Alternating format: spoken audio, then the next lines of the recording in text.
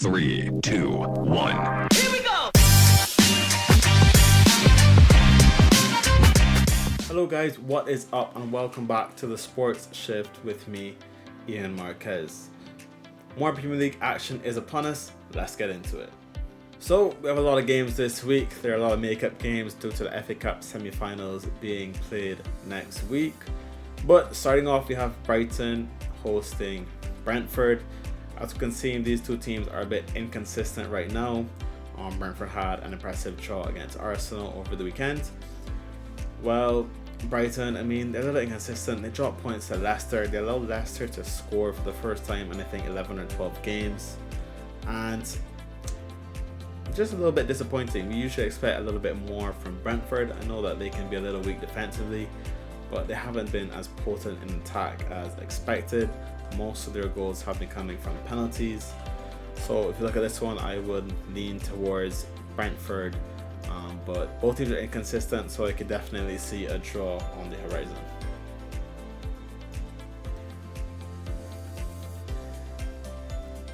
This one, Palace coming off two very difficult games. They've conceded 10 goals in the last two games. This doesn't include the midweek game as it was a makeup game against Newcastle. I'll have to update that. But not too very good. If you're a fantasy guy, get rid of your Palace defenders because while they do have some creativity and attack, they've been very poor defensively. Bournemouth have been a little inconsistent. They were disappointing in their nice fixtures against the likes of Ipswich. They weren't able to overcome that one. And a little disappointing, however, a very convincing win against Fulham. Very strong defensively, able to keep a clean sheet. And I expect Bournemouth to be able to edge this one. I think they'll be back in the goals. The likes of Ouattara, I know Kluivert is a doubt. The likes of Ouattara, Evan Nilsson, Semenyo, I think they'll be able to do enough to creatively. And I think our defense, although they may concede, I think they'll be able to overcome them. I'm looking at a 2-1, maybe 3-1, 3-2. Everton versus Man City. That was the best Man City performance that we have seen for the entire season, I'd say. Aside from the early two goals they conceded against Crystal Palace, the way they came back, dominated the game, held possession, but it wasn't boring, meaningless possession side to side. They were able to penetrate and create many opportunities. Marmoush should have easily had a hat-trick. And I think that form continues. Although David Moyes has this Everton side playing well, they're very rigid, very strong defensively. I just think the quality is insurmountable from Man City. Kevin De Bruyne is on his farewell tour and he needs to remind everybody that he's still that guy before he heads off probably to the MLS. West Ham versus Southampton. West Ham have dropped to 17th in the Premier League table. However, they're still 14 points clear, and unless a miracle from Ipswich and an absolute downfall from West Ham happens, I think the relegation battle is pretty much confirmed. Southampton have already been confirmed relegated. They're heading back to the Championship, trying to reevaluate their system, their practices, and hopefully bounce back to the Premier League next season. Not next season, the season after. It is quite difficult to go down and come back up, but I do think they'll be able to do it. They have a lot of young players, they have a lot of talented players, but it just wasn't their season. I guess recruitment is so essential and crucial when you're coming up from the Championship. Hopefully they get another chance. Aston Villa versus Newcastle, probably one of the biggest games this week. Both teams in flying form. Newcastle just scoring 5 goals against Palace, 4 goals against Man United. They have won every game since the Carabao Cup final against Liverpool, and I think that continues. Aston Villa had a late rally, left everything on the pitch against PSG, and were just unable to overcome that first leg deficit. But they definitely can hold their heads high. They played really well. Rashford was immense in that second half, back to the Rashford of old, and I think it's going to be a really good game, really high scoring game. I just think Newcastle have a little bit more quality overall all around the pitch. I know Aston Villa have quite a lot of depth, but I think Newcastle just want Isaac finally back in the goals. Harvey Barnes and Jacob Murphy are in the form of their lives, and I think that continues. Then we have this London derby. Fulham welcoming Chelsea. Fulham with a tough 1-0 defeat to Bournemouth over the weekend, and it's a very difficult one to call. I could see a draw, I can see Fulham edging it, but I could also see Chelsea showing up with the Chelsea that we know and expect. However, that Chelsea has been missing for quite a while, so I don't know what to expect. I mean, Palmer, when last did he scored a goal? He's been a little inconsistent, like some Neto, Sancho, Madueke, they show up for 10 minutes and then disappear for the rest of the game. Jackson gets in the right position, makes the right runs, but it takes him 5 chances to score, so you really never know what to expect with Chelsea. They're always able to give away a foolish goal. And Fulham, I mean, look at their record. So inconsistent, win-loss, win-loss, win-loss. That record would say that they're due a win, but you never know. This one is pretty difficult to call because both teams are so inconsistent. I would lean towards draw, but I might just leave the quality with Chelsea, and they are fighting for Champions League, so you never know. Maybe they show up.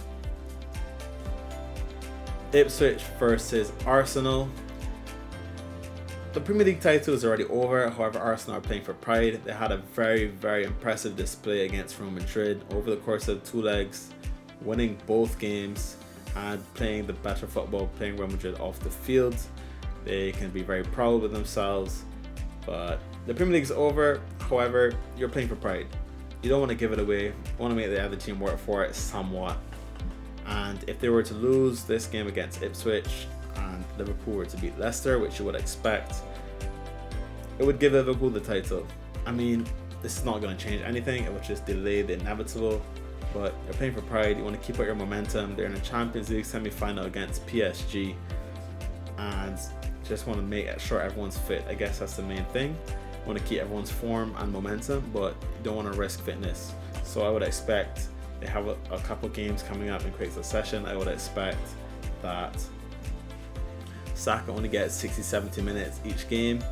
As soon as the game is wrapped up, comfortable, they pull off all the main players, the likes of Rice, Saka, Marino from striker right now, and just make sure to protect the players because that PSG clash is going to be huge. That being said, I think they wrap this up in the first half. The likes of Saka, the form he's in, back from injury, I don't think it's close.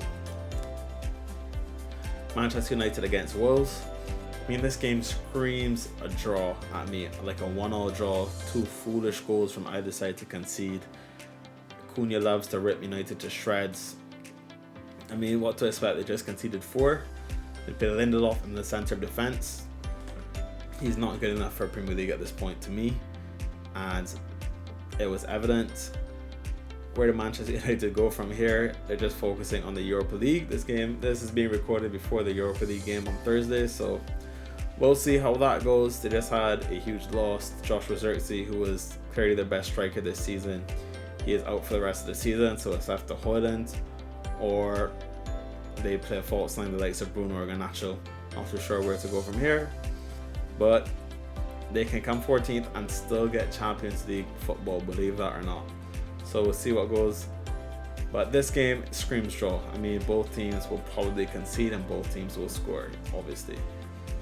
So my bias, I would hope United win, but I'm leaning towards a 1-1 draw. Leicester versus Liverpool. If results go their way and Ipswich are able to overcome Arsenal, Liverpool can clinch the title in this game away to Leicester. I don't think they really care where they win the title. They just want to wrap up what has been a very sorry end to the season. Lost a lot of momentum. They were in the Champions League. They were flying high. And a very poor FA Cup exit. Disappointing game against PSG where they went out on penalties. Yes, they'll be winning the Champions League, but I mean, you know, you want to see a little bit more. Spurs hosting Nottingham Forest. I expect Nottingham Forest to get back to winning ways. Don't know what will happen in the Europa League game as yet. But that being said, Spurs have just been so inconsistent. Ange might be out the door by the time this game plays, so we don't know what's happening there. and I think Forest are still fighting for Champions League. They want to wrap up that Champions League spot, so I think they get back to winning ways. So here are my Premier League predictions. I have Brentford winning at home to Brighton, Bournemouth and Man City overcoming opposition which I would say are of lesser quality, West Ham winning against relegated Southampton. Game of the week, Newcastle versus Aston Villa. I think Newcastle just edges one in a high scoring game. Fulham and Chelsea, very difficult to split. We don't know who's going to show up, so I'm going for a draw here. I think Arsenal very comfortably win against Ipswich. Bit biased, I went for United win. Could see a draw, but I'm just a little bit hopeful there. Liverpool, of course, to beat Leicester, and I would even say a surprising victory for Nottingham Forest against Spurs. I think that's expected at this point. So if you look at our stats really quick, as usual, Arsenal is expected to keep a clean sheet, always topping that stat. Man City, whose defense has been a little bit better in recent weeks, they're right there at the top as well. As you can see, these two teams, they have 2 fixtures this week due to the makeup games, as the FA Cup is being played next week. Aside from that, Liverpool are playing one of the worst attacks in the league, so they're high up there as well against Leicester. And we see Crystal Palace and Aston Villa both have 2 fixtures. And then Man United against Wolves, which is a little surprising to see them so high considering their defense, and Wolves do have a slightly potent attack. In terms of goals, over the course of 2 fixtures, Arsenal are expected to score at least 4, with Man City, Aston Villa and Palace all on 2 fixtures right there behind them. Liverpool expected to dominate Leicester as you'd expect, first versus 19th, no surprise there. And then you have the likes of West Ham against Southampton, Brentford against Brighton, Spurs, United and Forest. Now, if you utilize these stats as we always like to do, we can make some betting picks. Well, Mo Salah, I think he gets back in the goals against Leicester. I think he grabbed at least 2 of them. Similarly, Omar Marmoush. He's playing Everton side, who are very stingy defensively, but I think once you get one and Everton step out, he is able to create. With the morning playing the passes, he had so many chances against Palace. I don't think he stays off the score sheet for long in this one. And Bukayo Saka, he just played against Mbappe, Vinicius Jr., Rodrigo, and he was the best forward on the field, and it wasn't even close. I think he continues that form back from injury, and as he finds his shooting boots, I think he's easily on the score sheet against Ipswich. Then we have, for yellow cards, we have the likes of Ugarte, always ready for a yellow card. It's going to be against Wolves. They have a very dynamic midfield, the likes of Andre and Joelinton. He just barely narrowly avoided suspension in midweek against Palace. Now the cards reset, so he's free to go back to getting yellow cards. Then we have Marc Cucurella, ever present. The 2 teams with the highest cards this season have been Chelsea and Southampton. Chelsea will be playing a dynamic Fulham midfield, the likes of Adama Traore on the wings, and I think that a yellow card for Cucurella is inevitable. In terms of the full-time result, Liverpool against struggling Leicester, Arsenal against relegation threatened Ipswich, Man City, well, I just think that they're in fine form. I was convinced by the win against Palace, and I think they can carry it on against Everton, and West Ham against already relegated Southampton. Now just for some best bets, these are the 2 picks I picked out of the bunch. 2.5 goals in Aston Villa and Newcastle. I think this is the high scoring game. You saw how fluid Newcastle's attack has been, scoring 9 goals in the last 2 games. Aston Villa with a dynamic end-to-end performance against PSG, where they created quite a few chances and should have scored more than they did. And then Liverpool to win 2-0 against Leicester. Aside from the Brighton game, Leicester have been unable to score in 11, 12 games. Their attack just looks miserable, and unless Liverpool give away a very foolish, silly chance, I don't see it happening. I think Liverpool dominate this game, and I think it's a pretty comfortable result for them in the end. Salah back in the goals, and maybe those goals share among the likes of Diaz, Gakpo, who knows. But these 2 pay out at just around 3-1, so pretty comfortable bet there. So that's going to do it for this video, guys. Let me know, are my picks making any sense? Are they madness as usual? Are you jumping on my bets? Are you fading me? Let me know. Otherwise, be sure to like and subscribe. It definitely helps out the channel. And other than that, enjoy this weekend's action and see you guys later.